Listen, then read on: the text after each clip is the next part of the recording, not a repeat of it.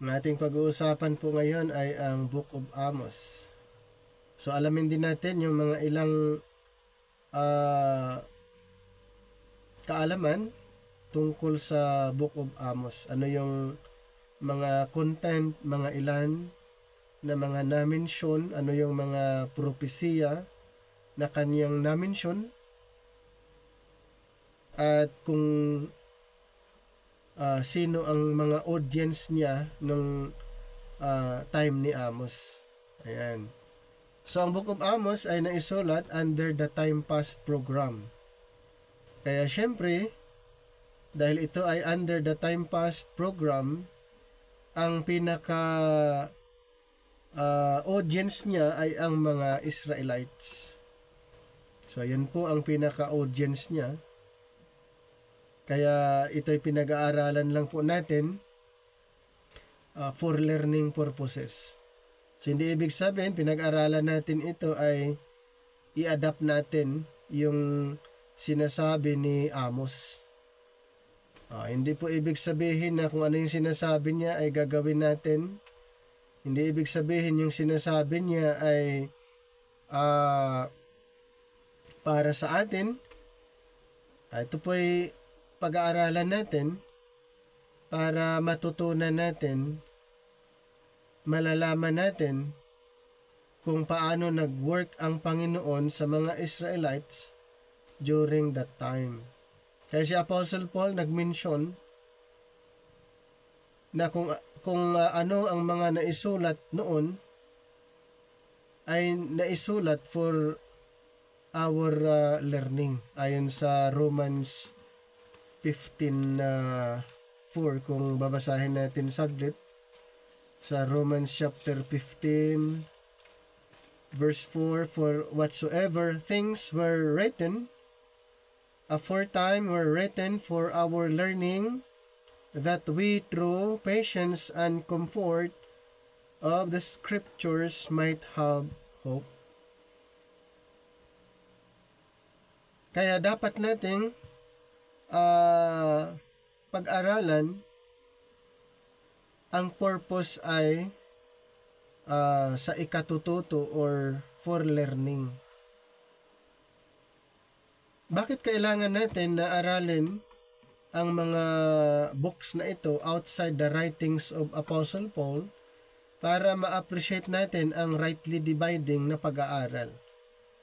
Kasi kung nakafocus lang tayo doon sa But Now program, hindi mo ma-appreciate ang rightly dividing na klase ng pag-aaral kung walang ibang mga pag-aaral na aalamin po natin.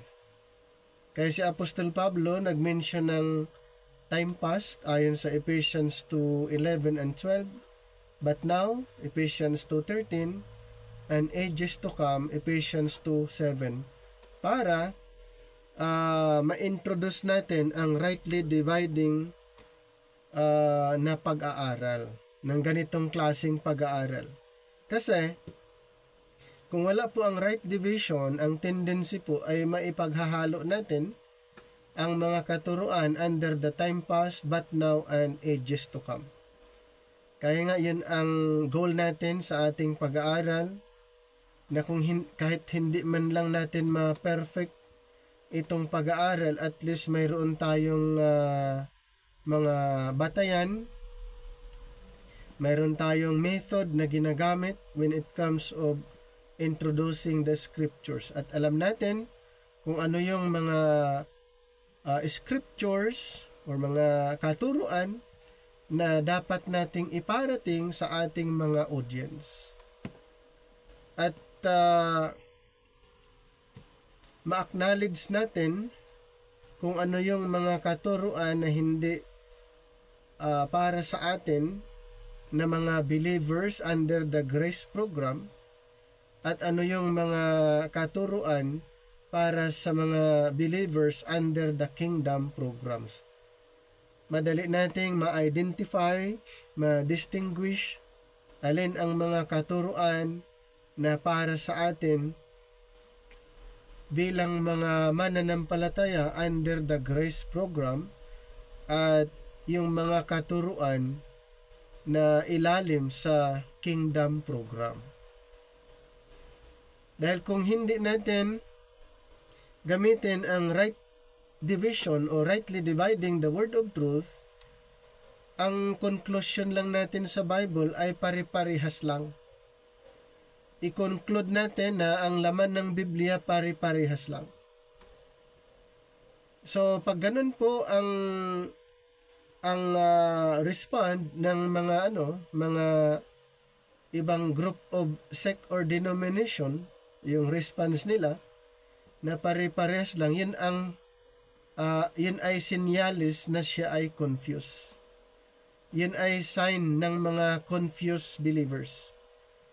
Bakit sasabihin parehas lang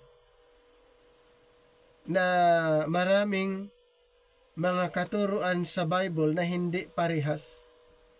Ayan nga ang na-mention natin minsan yung tungkol lang sa food. Ang na-mention, ang instruction na natanggap ni Adan ay siya'y vegetarian. Siya'y kakain lang ng gulay. Vegetarian. So yun yung instruction na natanggap niya. Pagdating kay Noah, may instruction din si Noah natanggap, pero mayroong karne na kakain na siya ng karne.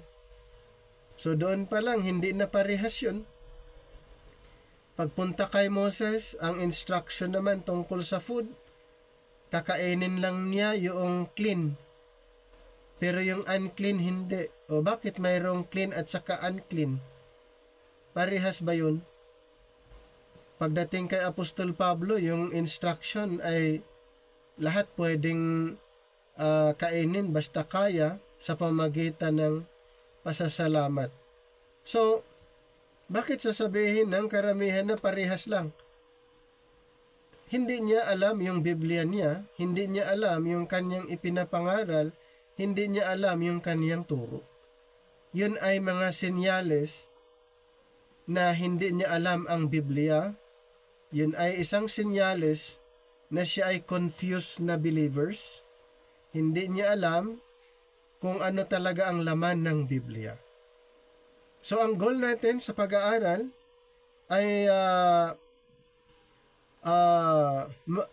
magiging tumibay po tayo sa ating pananampalataya at kung saan tayo nakatayo sa programa ng Panginoon or saan ba tayo sa programa ng Panginoon at sino ba ang apostol natin. Ano ba ang mga katuruan para sa atin? Ano ba yung mga instruction para sa atin? Ayan po, talagang kailangan natin ang right division. Kaya ulitin ko po, bakit natin pinag-aaralan ang mga iba't ibang book sa Bible na hindi naman directly para sa atin, para po magamit natin ang method na inintroduce ni Apostol Pablo para sa atin sa pamagitan ng pag-aaral na ito, rightly dividing the word of truth. So, ang Book of Amos ay actually ito ay na-divide into 5. So, hinati-hati po ito. Yung chapter 1 verses 1 and 2. Ito ay introduction, and then isa sa mga issue na pwede nyong malalaman, a shepherd's vision. Pagdating mo naman sa chapter 1 verse 3 to chapter 2 verse 16 naman, ito naman ang mga content or mga issue na pwede nyong matutunan, malalaman regarding the oracles against the nations sa Damascus, Gaza, Tyre, Edom, Ammon, Moab, Judah, Israel. Ayan po yung mga issue, mga nations na na-mention dito po sa chapter na ito, the oracles against the nations. Pagdating naman sa chapter 3 to chapter 6, regarding the sermons or the sermons against nation of Israel, dito nga sa chapter 3 verse 1, hear this word, sons of Israel. And then chapter 4 verse 1, you, cows of Bashan. Then chapter 5 verse 1, na-mention naman ang house of Israel.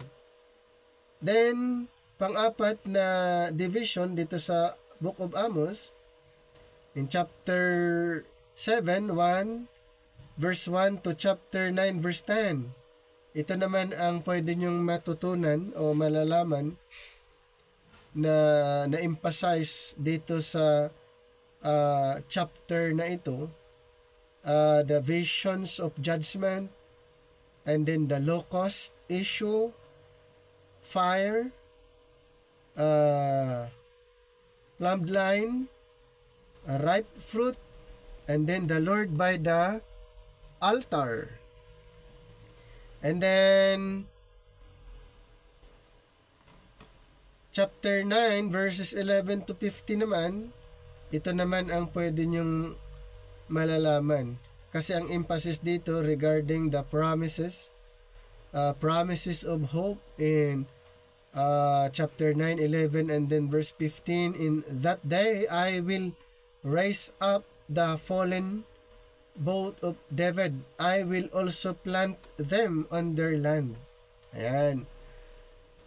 Ang pinakatema ng book na ito, Israel's coming judgment for treating others with injustice. So sa kabuuan, dito sa Book of Amos, ito yung pinaka emphasis niya or pinaka mensahe. So regarding the Israel's coming judgment. Bakit kaya?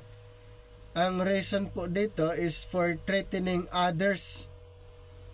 So other nations with injustice. So yan yung tinatawag na katumbas doon sa kanilang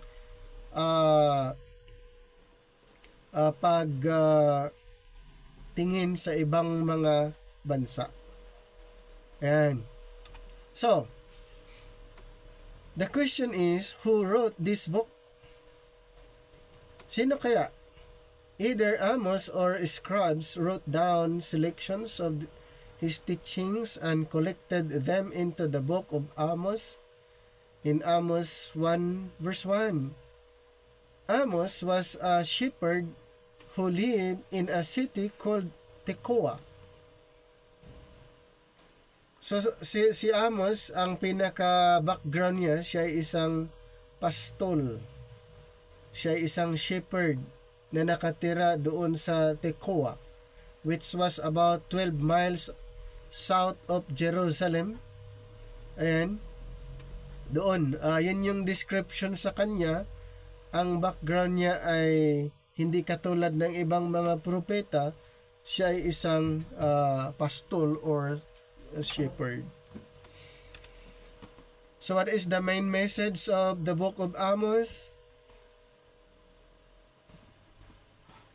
Through Amos' words, we can still hear the call to learn from Israel's hypocrisy and the disastrous consequences of their sins. So tandaan po natin na during the time of Amos, ang description ng mga Israelites, sila ay binansagan na hipokrito. Okay? Sila ay, ito yung description na the hypocrisy, the disastrous consequences of their sins.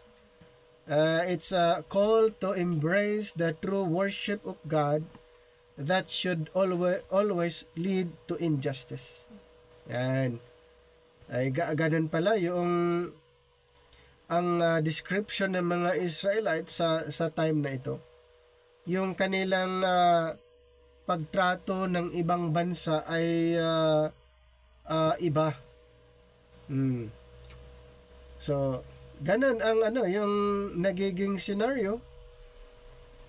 It's a call to embrace the true worship of God that should always lead to justice, righteousness, and loving our neighbor. That's what the book of Amos is all about.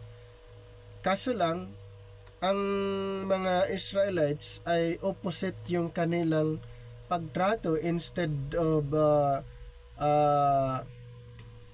following doon sa instruction ng Panginoon, it's regarding the justice and righteousness and even loving their neighbors or their neighbor.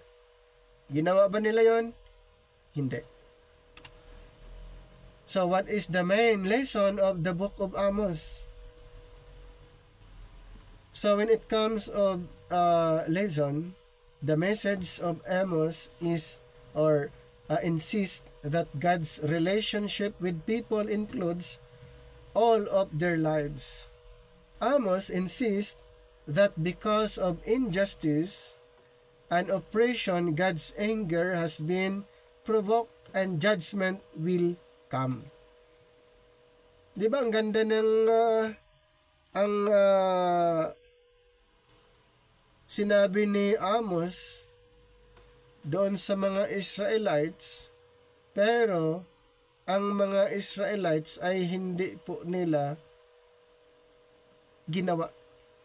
No, hindi po ginawa ng mga Israelites, kaya dahilan na ang Panginoon ay nagalit. Ang Panginoon ay nagalit at later on siya po ay magpapadala ng judgment sa mga Israelites dahil hindi nila sinunod ang Panginoon. So the judgment that Amos announced was not a final judgment, but a part of God's relationship with the people. So why is Amos so important? Amos was fed up while most of the prophets interspersed redemption and restoration in their prophecies against Israel and Judah. Amos devoted only the final 5 verses of his prophecy for such consolation. Prior to that, God's word through Amos was directed against the privileged people of Israel. So a people who had no love for their neighbor, who took advantage of others and who only looked out for their own concerns. So more than almost any other book of scripture, the book of Amos holds God's people accountable for their ill treatment of others. It repeatedly points out the failure of the people to fully embrace God's idea of justice. They were selling of needy people for goods, taking advantage of the helpless, oppressing the poor, and the men were using women immorally.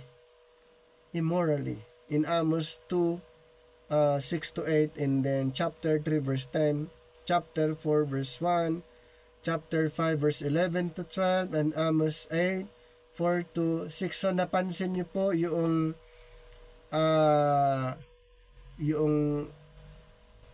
sistema. Mayroong plano ang Panginoong maganda para sa mga Israelites, pero ang kanilang ginagawa ay contrary doon sa nais ng Panginoon, at sila po ay yung samantala. Yan. They taking advantage of the helpless, oppressing the poor, and the men were using women immorally. And drunk on their own economic success and intent on strengthening their financial position, the people had lost the concept of caring for one another. Amos rebuked them because he saw in that lifestyle evidence that Israel had forgotten God. So, ang naisip ni Amos, ang mga Israelite ay nakakalimot na sa Panginoon dahil nakita niya yung lifestyle ng mga Israelites, kaya dahilan na ito'y kanyang nirebuke. Pero actually in first place pa lang ay mayroong mensahe si Amos sa mga Israelites, pero hindi po nila pinapakinggan, and even ang Panginoon na mayroong plano sa kanila, hindi rin nila pinapakinggan. Kaya nung nakita ni Amos yung kanilang lifestyle, patunay na kinalimutan ng Israel ang Panginoon. So, what's the big idea? With the people of Israel in the north enjoying an almost unparalleled time of success, God decided to call a quiet shepherd and farmer to travel from his home in the less sinful south and carry a message of judgment to the Israelites. Sino po? Si Amos. Yan po yung background niya. Siya ay tinawag ng Panginoon. Actually, siya ay isang shepherd. At the same time, siya ay farmer. Tinawag ng Panginoon para magbigay ng mensahe, message of judgment sa mga Israelita. The people in the north used Amos' status as a foreigner as an excuse to ignore his message of judgment for a multiplicity of sins. Ang dating dito na kaya pala ini-ignore nila ang mensahe na sinasabi ni Amos dahil siya daw ay dayuhan, siya ay isang foreigner, hindi pinapakinggan, kumbaga ini-ignore lamang ang mensahe na sinasabi ni Amos. However, while their outer lives gleamed with the rays of success, their inner lives sank into a pit of moral decay. Rather than seeking out opportunities to do justice, love, mercy, and walk humbly, they embraced their arrogance, idolatry, self-righteousness, and materialism. Sino ang mga taong ito na ganun po ang nagiging estado ng kanilang buhay? Ay yung mga Israelites, meron silang tinatawag na arrogante, idolatry, self-righteousness, and materialism. Yan po ang nagiging description ng mga Israelites during the time of Amos. Amos communicated God's utter disdain for the hypocritical lives of his people. Ayan, ay obvious naman na hindi talaga totoo yung ginagawa ng mga Israelites. Sila ay naging hipokrito, mapagkunwari, at dahilan na itong si Amos ay nakipag-usap sa ating Panginoon na ang kanyang bayan ay hipokrito. According to Amos 5:21-24, and his prophecy concludes with only a brief glimpse of restoration, and even that is directed to Judah rather than the northern kingdom of Israel in chapter 9, 11-15. So mayroong yung panandalian lamang na mention, a glimpse of restoration. At ang tinutukoy naman niya dito ay sa future. The restoration period na ito'y mangyayari sa future millennium. So what is the book of Amos about?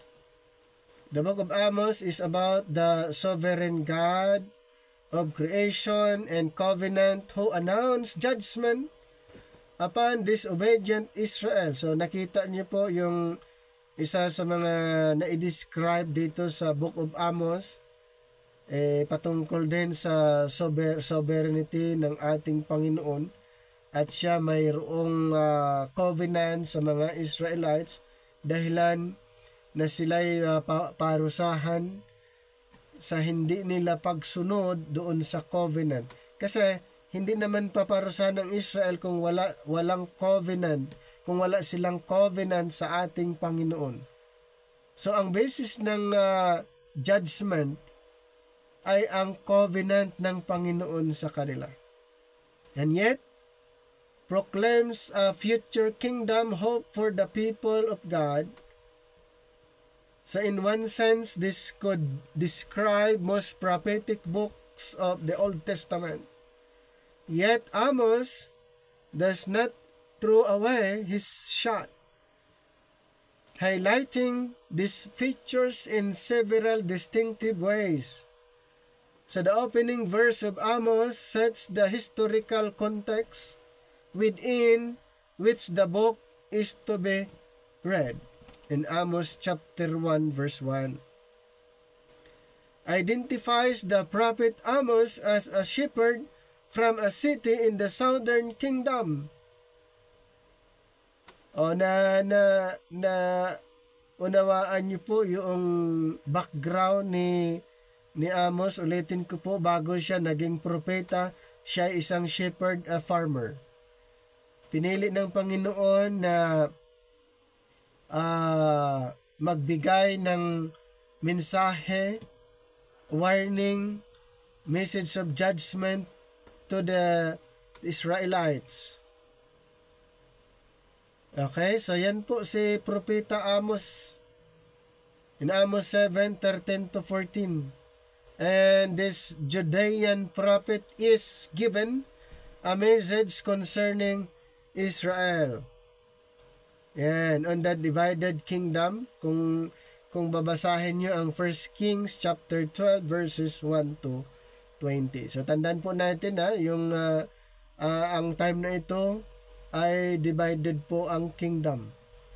At si Amos, siya po ay prophet na from Judah. So the two kings mentioned in the superscription, Uzziah, king of Judah, and Jeroboam, king of Israel, anchor the ministry of Amos in the 8th century BC. Apart from the opening verse, the only other biographical information known about the prophet Amos occurs in Amos 7:10-15. So he denies being a professional prophet. So yan po yung isa sa mga nabanggit. And before God called him as a prophet, Amos was likely a wealthy herdsman and farmer in chapter 7:14. So yan po ang maikling background ni Propeta Amos bago siya nagiging propeta.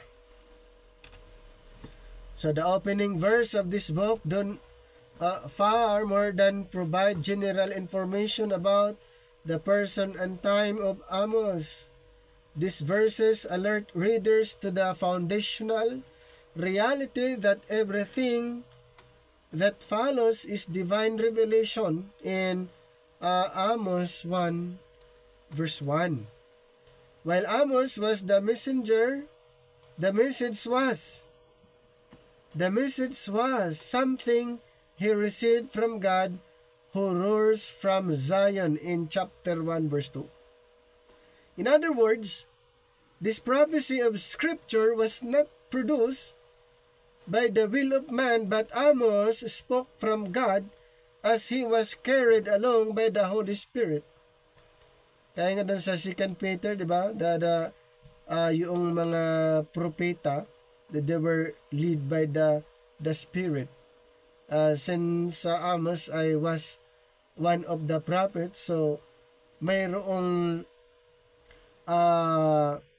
evidence na ibig sabihin, yung sinasabi ni Amos ay hindi galing sa kanya, na ayon sa mga na-describe ng iba o yung kanyang mga audience that time, nang akala nila na yung sinasabi ni Amos ay sa kanya lamang, sa kanya galing yung kanyang mga sinasabi. Pero hindi po. Ang kanyang sinasabi, mga warning para sa Israel, ito'y galing sa Panginoon. Before the book of Amos is about anything else, it is about the triune God of our two Testament Bible. Now, God of creation. Amos emphasized two aspects of God that are essential to the book. First, he says that God is creator. So yun yung isang emphasis dito po sa Amos. He says that God is creator, and three hymnic statements throughout the book illumine these characterizations in chapter 4, 13, chapter 5, verse 8 to 9, and chapter 9, 5 to number 6.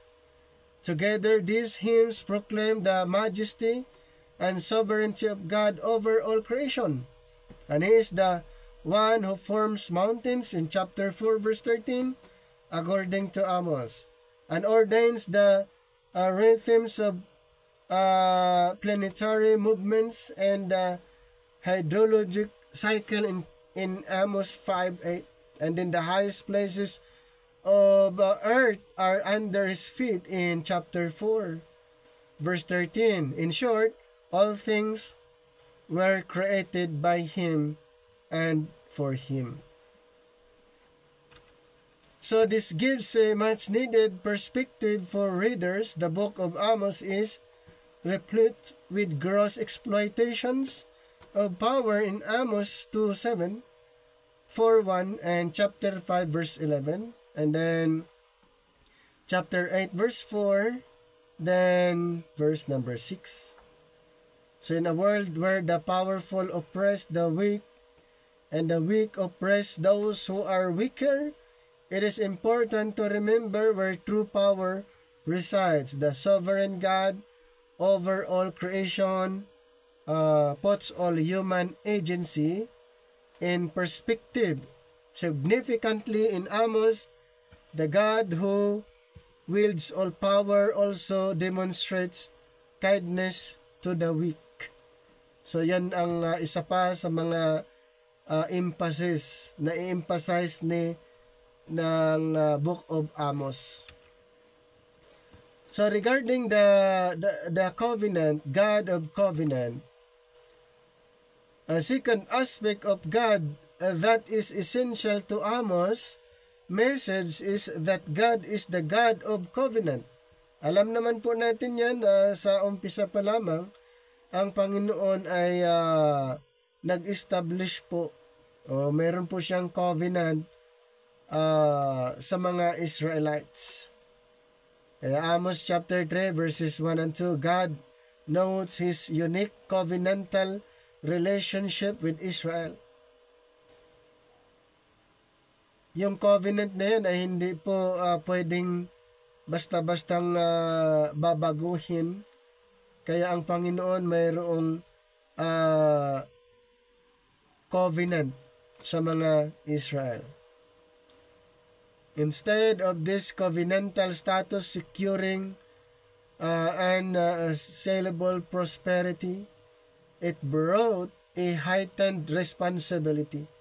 According to the law, Israel was to live in a way that heralded the greatness and nearness of God in Deuteronomy 4:5-7, as well as mediated blessing to the world in Exodus 19:5-6. So doon po malalaman natin yung Mosaic Covenant ng mga Israel. Sila po'y tinatawag na Kingdom of Priest. Instead of imaging God, however, the people of God look more like their wicked neighbors in Amos chapter 1, verse 3 to chapter 2, verse 12.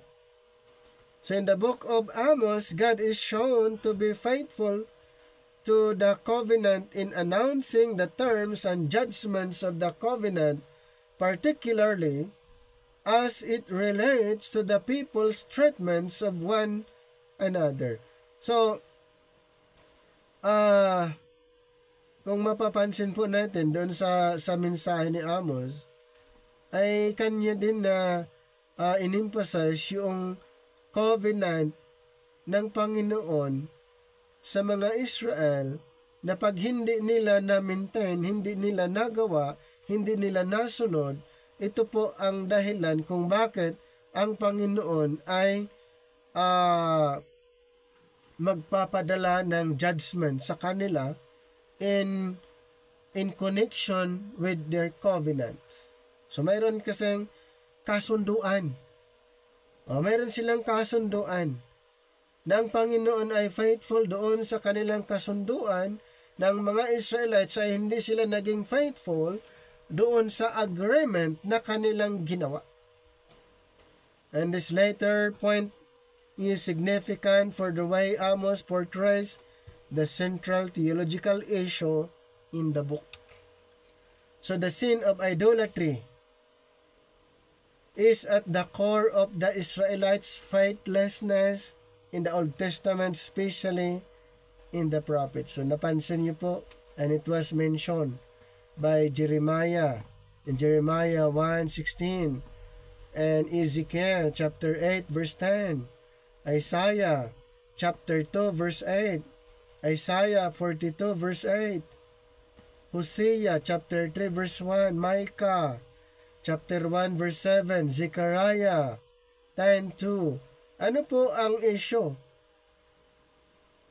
Ang issue dito, yung ginawa ng mga Israelites, yung pagiging idolatry, yung pagsamba ng mga Diyos-Diyusan.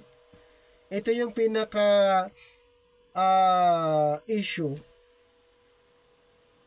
Kaya binansagan yung mga Israelites na faithless, walang pananampalataya. At sila po ay na-impluwensyahan ng mga Diyos-Diyosan. Dahilan na ang Panginoon nagalit, na isang rason na si Amos tinawag para ipangaral sa kanila ang warning ng Panginoon. At itong si Amos ay galing sa Judah. Ang Israel kasi sa time na ito ay totally kasi lumayo na sila sa Panginoon. Kaya ang Panginoon pumili ng propeta from Judah. At tandaan po natin na divide ang kingdom. Mayroong kingdom sa Israel at saka Judah. Pero ang Israel sa puntong ito ay totally kinalimutan. Totally sila'y lumihis ng daan at tinalikuran nila ang Panginoon, kaya ang Panginoon tumawag ng propeta from Judah. Di ba? Para warningan itong mga Israelites, kasi wala nang makita ang Panginoon na mapagkatiwalaan sa kanila, sa Israel. Kaya ang Panginoon pumili ng propeta, pero from doon sa isang part nung na-divide sila doon sa Judah. Instead of caring for the poor, Those with power enrich themselves at the expense of the destitute in Amos chapter 2 verse 6 and Amos chapter 8 verses 5 to 6. So this stood in stark contrast to the character of God shown in the Exodus. And he cared for the people when they were weak, defeating their enemies, establishing them in the land, and raising up leaders in Amos chapter 2 verses 9 to 10. Considering the kindness of God, the call upon the people was to do unto others as God had done unto them. Indeed, history had its eyes on Israel, but where justice and righteousness should have flowed like water in Amos 5:24, cruelty and injustice flooded the land. Ang tindi po yung na-experience ni Amos during his time when he was introducing doon sa sinabi ng Panginoon para sa mga Israelites. Pero itong mga Israelites ay hindi po sila nag-respond ng maayos at hindi nila totally pinaniniwalaan ang sinasabi ni Amos. Nevertheless, the people were no less active in religious life. Amos chapter 4, 4-5. In fact, they claimed that Yahweh was with them. Kaya nga isa sa mga binanggit ni Amos, sila ay hipokrito or nagpipretend dahil sa kanilang claim na ang Panginoon ay kasama nila in chapter 5, the book of Amos, verse 14. Their treatments of one another made clear that they serve another God entirely. Hindi talaga pwedeng dayain sa kanilang ginagawa dahil makikita naman kung totoong God ang kanilang pinagsilbihan. A God who permits pity alongside injustice is not the God of the Bible. Scripture makes clear that we can never separate what we say by we believe from how we live. May na-mention din sa James chapter 2:18. Bad theology produces bad fruits and bad fruit evidence bad theology. Yun kasi ang nagiging description doon sa Amos. Yung mga Israelites ay nagkunwari sila na ang nag-serve sila sa Panginoon, kaso lang ang nagiging bunga, ang nagiging nakita sa kanila ay hindi po ang turo ng Panginoon, kundi ito ay paniniwala nila doon sa ibang Diyos na hindi talaga sa Panginoon nang gagaling. Kasi nga nakikita sa kanilang gawa. For Israel, the only response from a faithful God toward his covenantally faithlessness people was judgment. Nakita niyo po, yan ang magiging resulta. Judgment ang nakalaan para sa mga Israelites. Grabe, ang Panginoon na ang gumawa ng paraan para maalala nila ang covenant ng Panginoon. Ang Panginoon ay nagpadala ng propeta para ma-remind sila kung ano yung covenant nila. Hindi nila pinaniwalaan. Nakita niyo po, Panginoon mismo ang gumawa na ng paraan para sa mga Israelites. And this would come through a future exile from the land. Chapter 3 verse 11, the book of Amos. Chapter 7 verse 11 and verse 17. And then sa Leviticus 26:33. So, God announced that in this judgment, the end has come upon my people in chapter 8 verse number 2, the book of Amos. So, maranasan ba nila yung judgment na na-mention? Yes. Dahil nga, nagalit na ang Panginoon sa mga Israelites, sa kanilang mga ginagawa desisyon. So another na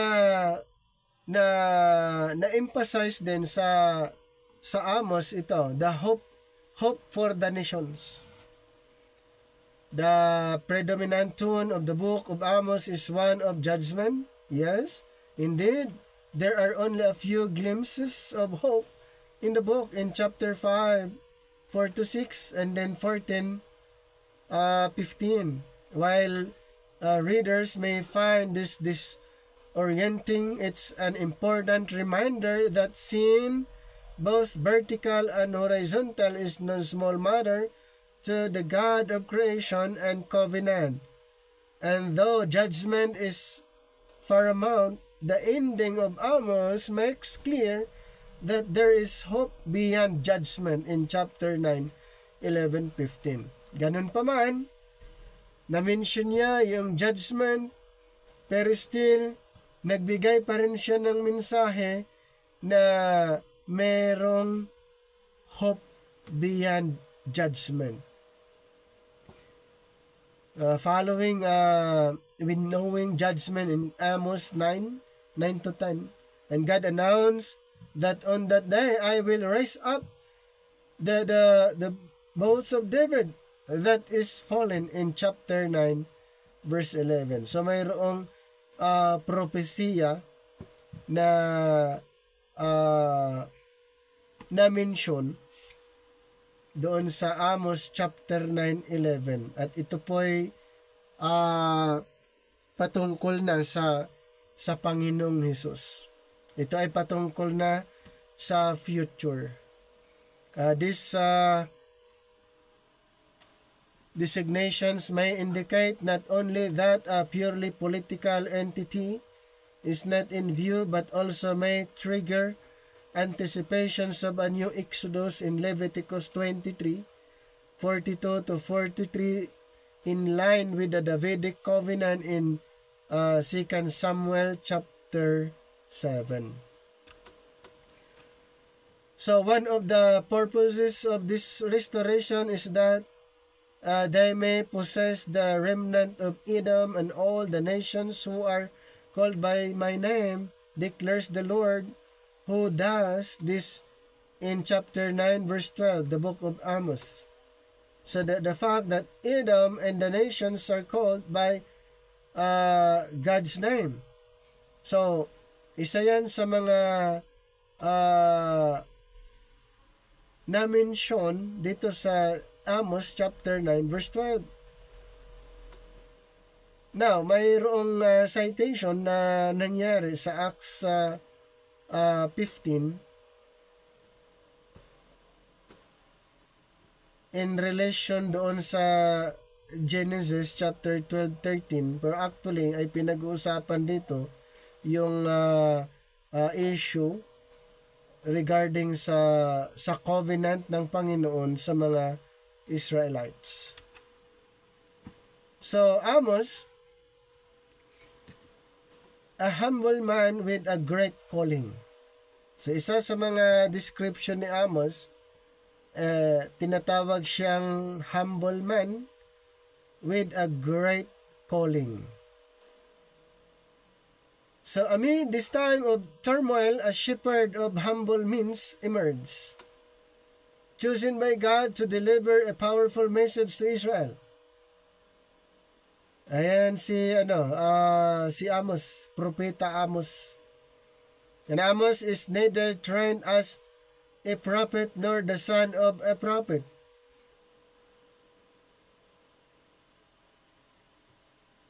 So a devout man with a heart full of faith, Amos embraced his role as a messenger of God. Instead of making excuses, Amos obeyed and became God's powerful voice for change. Oh, ito yung maganda, tinawag siya, hindi siya nag-alibay. Tinanggap niya yung tawag ng Panginoon, and he became God's powerful voice for change. Bakit po? Ang mga Israelites nga ang pinaka-concern dito eh. Alam naman natin si Amos ay galing siya sa Judah. Okay?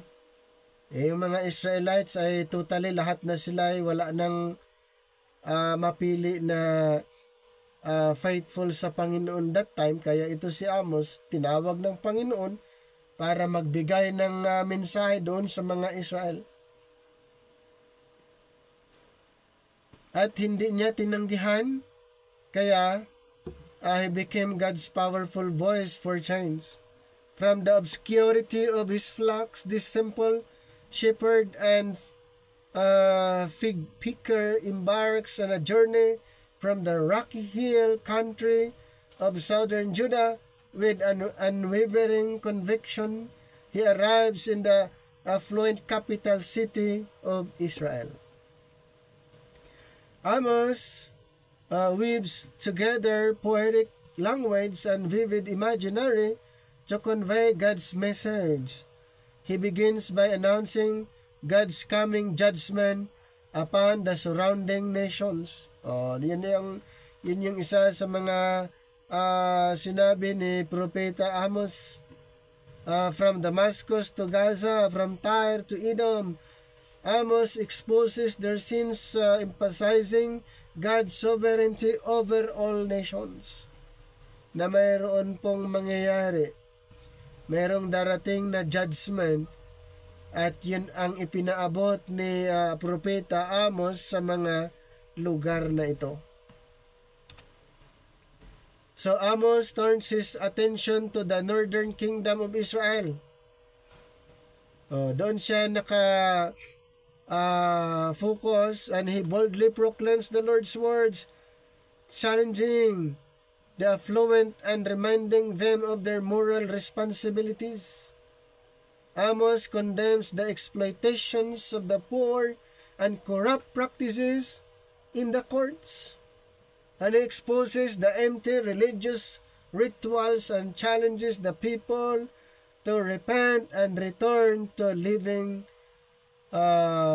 holy lives. Yan ang content ng mensahe ni Propeta Amos doon sa mga tao sa Northern Kingdom of Israel. Yun yung pinaka main audience niya sa kanyang pangangaral, dahil nga nagkukunwari na lang itong mga Israelites na nag-worship sa Panginoon, pero yung kanilang lifestyle ay hindi naman. Kaya pinangaralan sila na mayroong darating na judgment para sa kanila. So he condemns exploitations of the poor and corrupt practices in the courts itong mga Israelites, and even empty religious rituals. Nais ni Amos na mag-repent, return to living a holy lives. In Amos 5:12-13, for I know, sabi niya,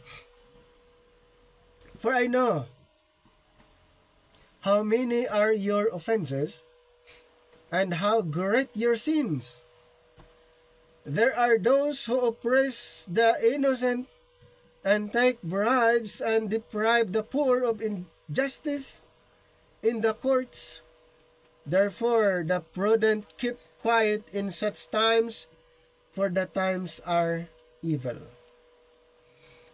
So the people of the northern kingdom were guilty of injustice. Sino sila? Yung mga Israelites. Supported by corrupt judges, the rich were suing the poor, and who couldn't pay their bills, and forcing them into servitude and slavery. Ang tindi po, no? Yung sitwasyon na naranasan ni Amos, ni Propeta Amos, biro mo yan, for chance of that nation, yung mga Israelites. Ginamit ng Panginoon itong si Amos at malakas ang kanyang loob na sabihin ito sa mga Israelites sa Northern Kingdom.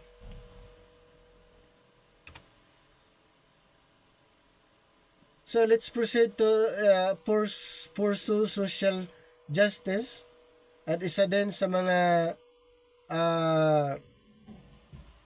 binanggit ni Amos regarding social justice. At isa yan sa mga in-emphasize din niya. Amos chapter 5 verse 15, hate evil, love good, maintain justice in the courts.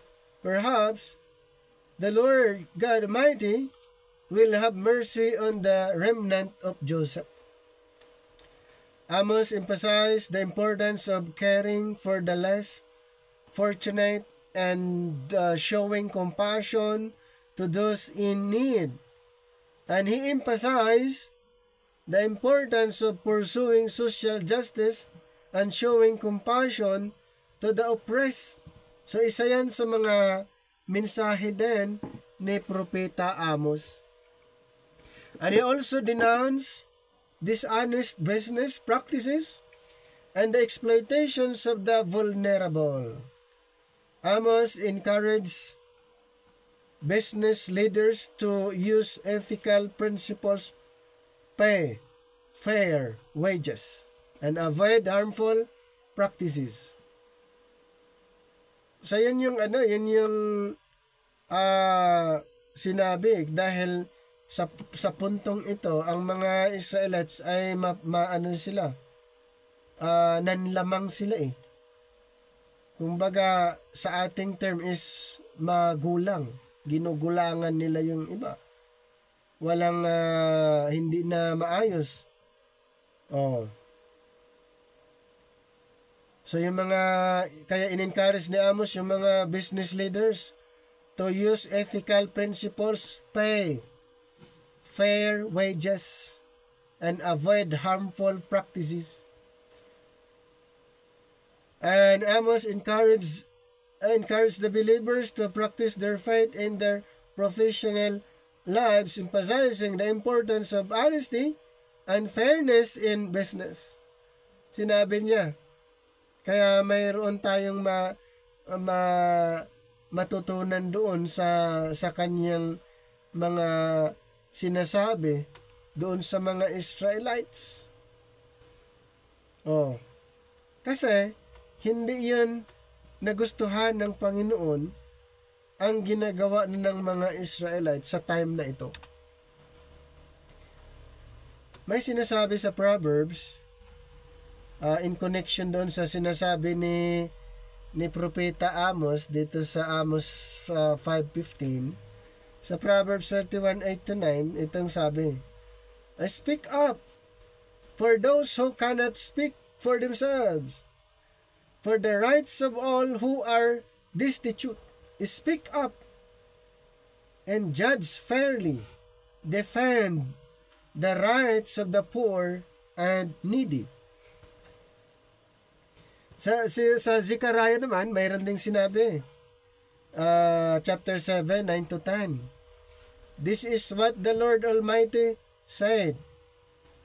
Administer true justice show mercy and compassion to one another, and do not oppress the widow or the fatherless, the foreigner, of the poor. Do not plot evil against each other. Din sa Isaiah, meron din sa Isaiah 1:17. Learn, do right, seek justice, defend the oppressed, take up the cause of the fatherless, plead the case of the widow. Bakit na-mention ang mga bagay na ito? Ang nangyari kasi dito sa time ni Amos ay hindi fair. May panlalamang. Dahil hindi na-mention na noon pa, na-mention sa Proverbs, Zechariah din at Isaiah na hindi pwedeng ganon. Ano pa? Isa sa mga matutunan natin sa kay Amos regarding the religious hypocrisy. Mayroon pong religious hypocrisy sa Amos 5:21-23. Sabi niya, I despise your religious festivals. Your assemblies are stains to me.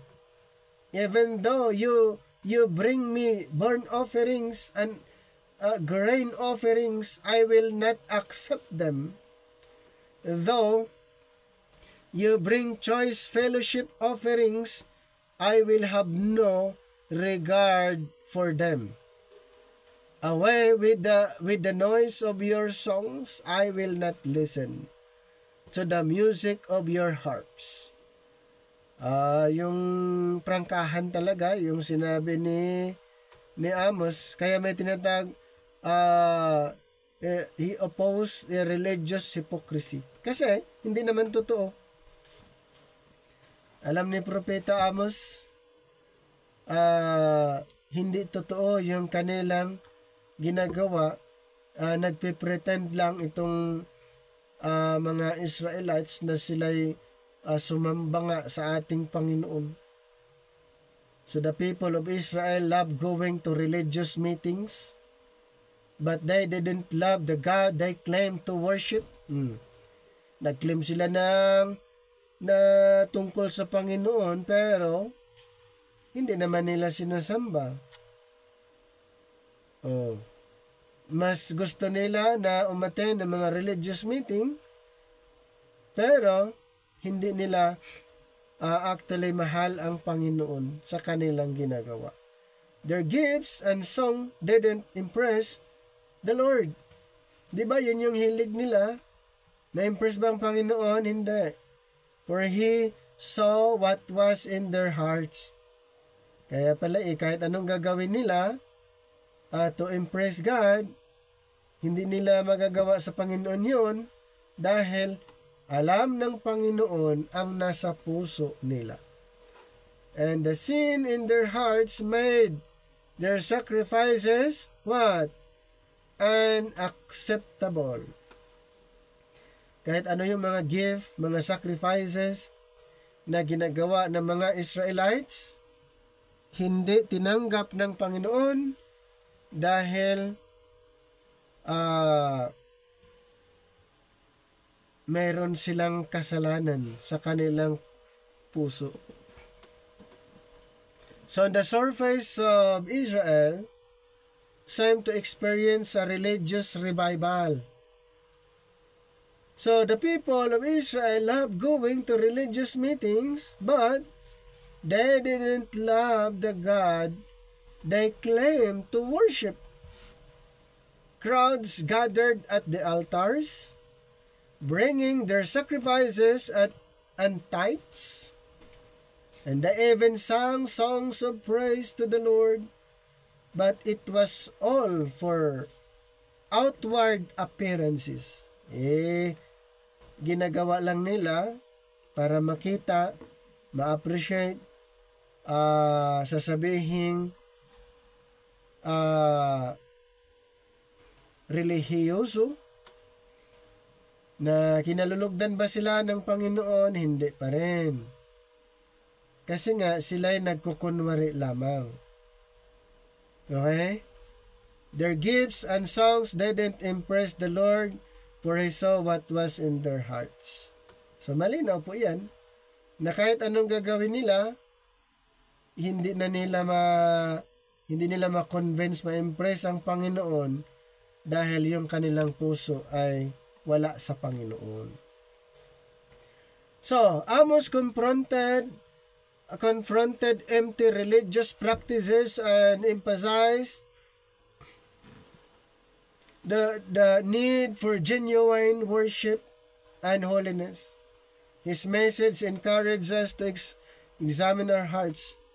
Kaya pala doon sa Book of Amos ay isa yan sa mga issue dahil ang mga Israelites ay hindi nila ini-examine yung kanilang sarili. Basta nag-worship sila sa Panginoon at ginagawa nila ayon sa gusto nilang gagawin, pero ang kanilang puso ay malayo sa Panginoon. Yan ang sabi dito sa Mateo 15:8-9, "These people honor me with their lips, but their hearts are far from me. They worship me in vain. Their teachings are merely human rules." O, di ba? Yan ang nagiging characteristics ng mga Israelites during the time of Amos. May sinasabi din sa Isaiah 29:13, "The Lord says, these people come near to me with their mouth and honor me with their lips, but their hearts are far from me." Parang hanggang sa sa pananalita lang sila, pero their hearts are far from me. Their worship of me is based on merely human rules they have been taught. Hindi yan ang nais ng Panginoon. At yun ang inaayos, ipinapangaral ni Propeta Amos na kung maari ang mga Israelites ay magrepent sila sa kanilang mga nagawa. Isa pa sa mga ipinaliwanag ni Amos ay regarding the return to the Lord, yung pagbabalik ng Panginoon. So he was predicting the coming of the Lord. In Amos 5:6 and then 14, "Seek the Lord and live. Seek good, not evil, that you may live. Then the Lord God Almighty will be with you, just as you say He is." Amos concludes his message with a vision of restoration and hope for the repentant.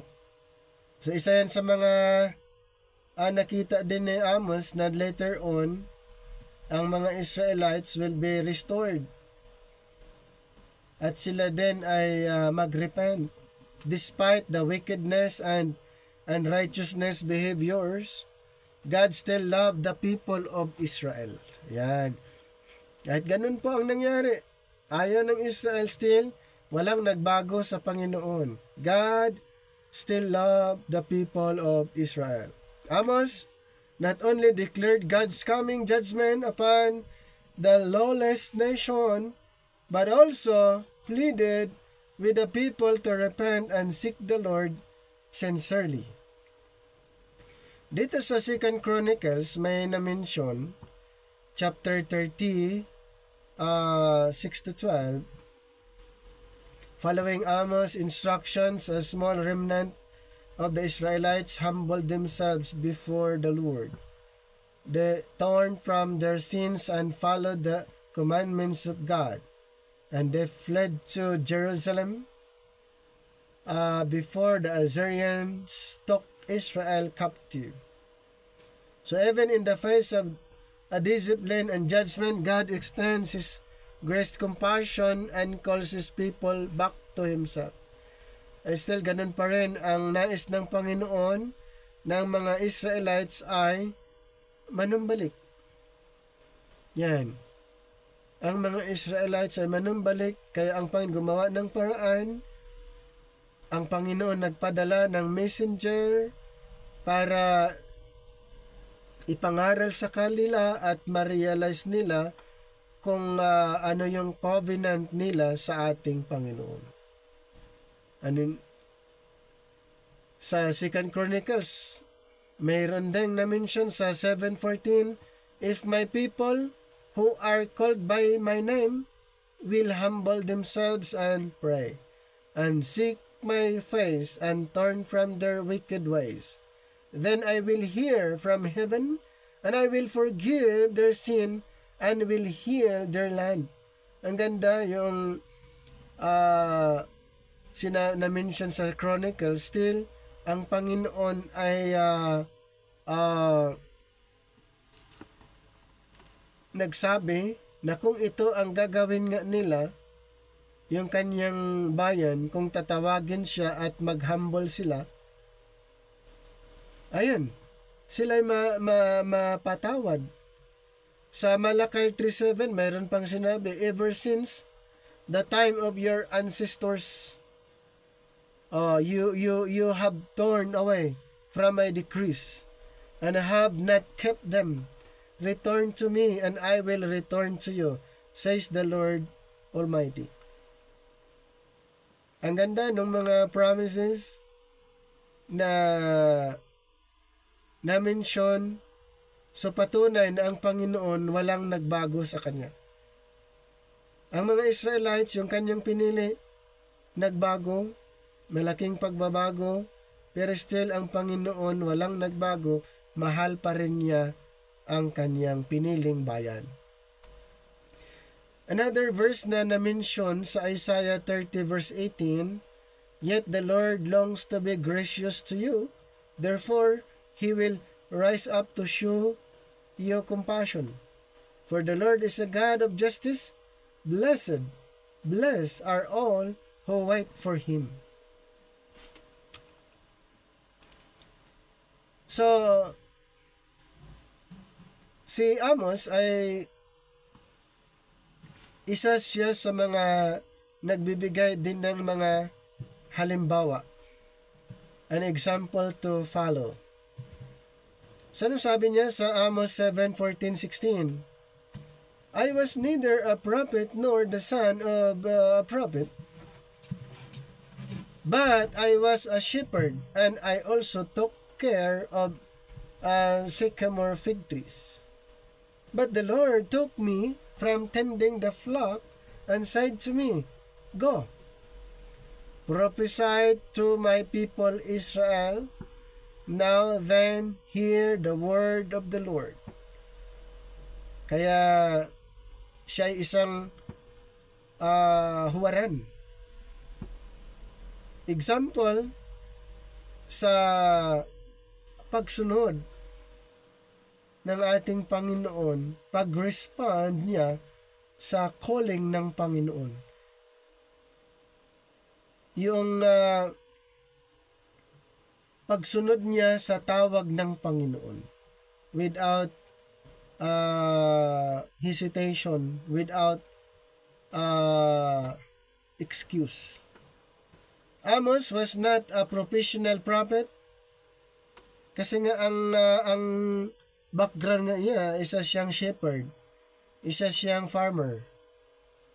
He was a poor shepherd who also tended to sycamore fig trees, a poor quality fruit that is a cross between a fig and mulberry. It was eaten by the poorest of the people. Yan ang description sa kanya. Pero ito yung patunay, ang Panginoon ay tinitignan niya yung ability nung kanyang pinili kung siya ba'y sumunod o hindi. Pero sa puntong ito, since nakita ng Panginoon yung kakayanan ni Amos at hindi siya tanggihan, at yun nga po, si Amos ay agad na sumunod sa sinabi ng Panginoon at siya ang ipinadalang propeta doon sa mga Israel. So further, Amos faced opposition. Yes, marami talagang opposition and ridicule. So the people of Israel rejected his message. Hindi naman talaga siya tinanggap ng mga Israel, kundi ang kanyang sinabi ay nireject ng mga Israelites. And there is no record of any conversions. There was no restoration or revival in the land. King Jeroboam and his high priest Amaziah challenged his authority and disputed his message. St. Amos 7:10 and 12 to 13, then Amaziah, the priest of Bethel, sent a message to Jeroboam, king of Israel. Amos is raising a conspiracy against you in the very heart of Israel.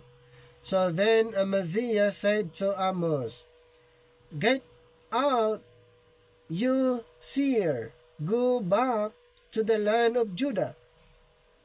Ulitin ko pa, ito si Amos ay galing sa land of Judah. Tinawag ng Panginoon na propeta, ipinadala doon sa Israel. Bakit si Amos yung pinili na doon taga Judah, hindi taga Israel? Dahil ang Israel totally sila ay tumalikod na sa Panginoon. Wala nang mapili ang Panginoon doon. Kaya para sila'y ma-remind, dahil mahal sila ng Panginoon, ang Panginoon pumili ng propeta galing sa Judah. At yan nga si Amos. At nireject ng mga Israel. Sinabihan pa nga siyang dayuhan, stranger. So sabi niya, go back to the land of Judah. Earn your bread there and do your prophesying there. Don't prophesy anyone at Bethel, because this is the king's sanctuary and the temple of the kingdom. Meron mo yun, yung parang matindi yung opposition ni Amos eh. Biro mo yung sinasabi, balik ka sa, kung saan ka, balik ka doon. Andoon ka na, mag-prophesy. Wag dito, sa lugar namin. Wag dito sa king's sanctuary. Diba, ganun yung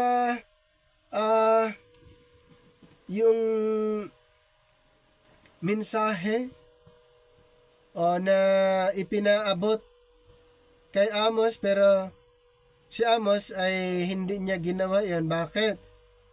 Siya ay tinawag ng Panginoon na mag-prophesy sa Israel. Kahit anong gagawin nila, hindi yan gagawin ni Amos na basta siya'y sumunod sa sinabi ng Panginoon. Kahit sinabihan siyang wag mo kaming turuan.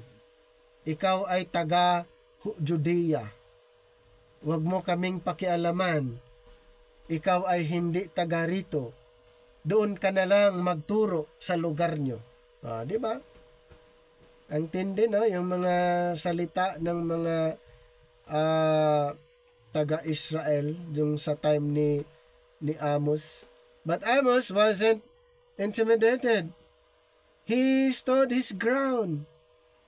Amos answered Amaziah, and sabi niya, I was neither a prophet nor the son of a prophet, but I was a shepherd, and I also took care of sycamore fig trees. But the Lord took me from tending the flock and said to me, go. prophesy to my people Israel. Now then, hear the word of the Lord. Hindi siya na-intimidate sa sinabi ni Amaziah. Baka kung tayo ang pagsasabihan dyan, ay ma-intimidate na tayo. Pero itong si Amos, hindi. Yun yung sagot niya. I was neither a prophet nor son of prophet. Wala, hindi siya ganon. Kasi siya ay isang shepherd.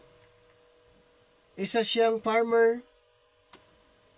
Sabi niya, but the Lord took me from tending the flock and said to me, go, prophesy to my people Israel.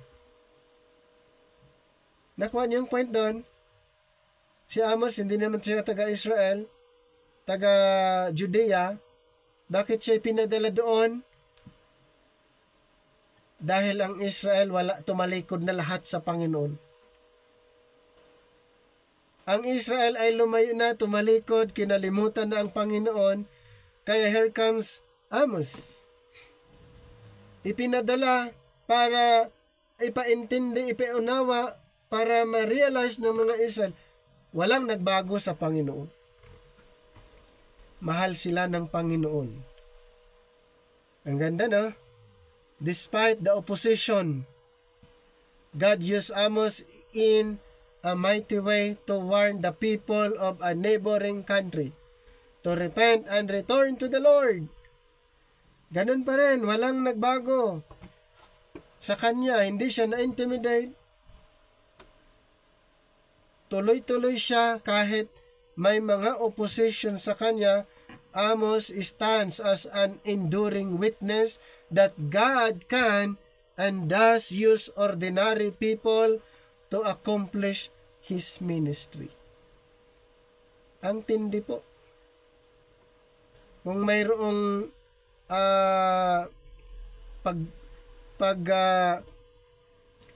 pabasihan natin na si Amos ay nag-stand kahit may mga opposition, may mga discouragement, hindi po yan nagpabago sa kanyang pananaw, sa kanyang mission. Malakas ang loob niyang sinabi niya, the Lord took me from tending the flock and said to me, go prophesy to my people Israel.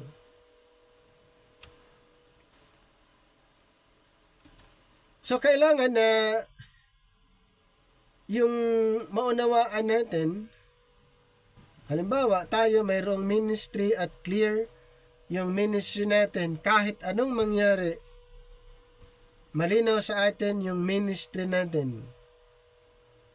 Ano bang ministry natin bilang Grace Believers? Sa Ephesians chapter 3, verse 9, Ephesians chapter 3 verse 9, and to make all men see what is the fellowship of the mystery, which from the beginning of the world hath been hid in God, who created all things by Jesus Christ. So our mission is to make all men see what is the mystery. That's our mission.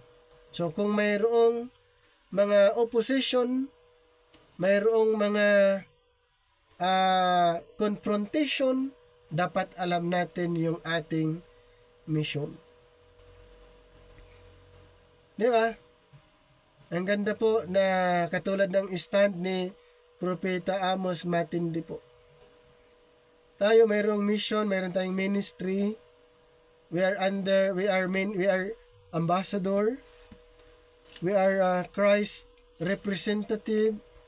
Kaya ang ganda ng sinabi nga sa 2 Corinthians 5:20, isa sa mga description ng mga believers ngayon. Now then, we are ambassadors for Christ, as though God did visit you by us.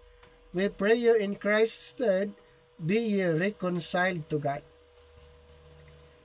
So we are Christ ambassadors. So our mission is to introduce the message of grace. Is to introduce the finished work of the Lord Jesus Christ. That's our mission. May mga discouragement, normal. May mga opposition, normal. Pero hindi dahilan na mabago ang ating ministry sa Panginoon. Hindi ibig sabihin, umayaw na tayo sa ministry po natin sa Panginoon. Di ba? Kaya, mga kapatid, ang encouragement ko lang po sa atin ay magtuloy-tuloy lang po tayo sa ministry, kung saan tayo, at siyempre ituloy niyo rin ang pag-aaral kasi ang hirap ng nasa ministry na kulang sa kaalaman.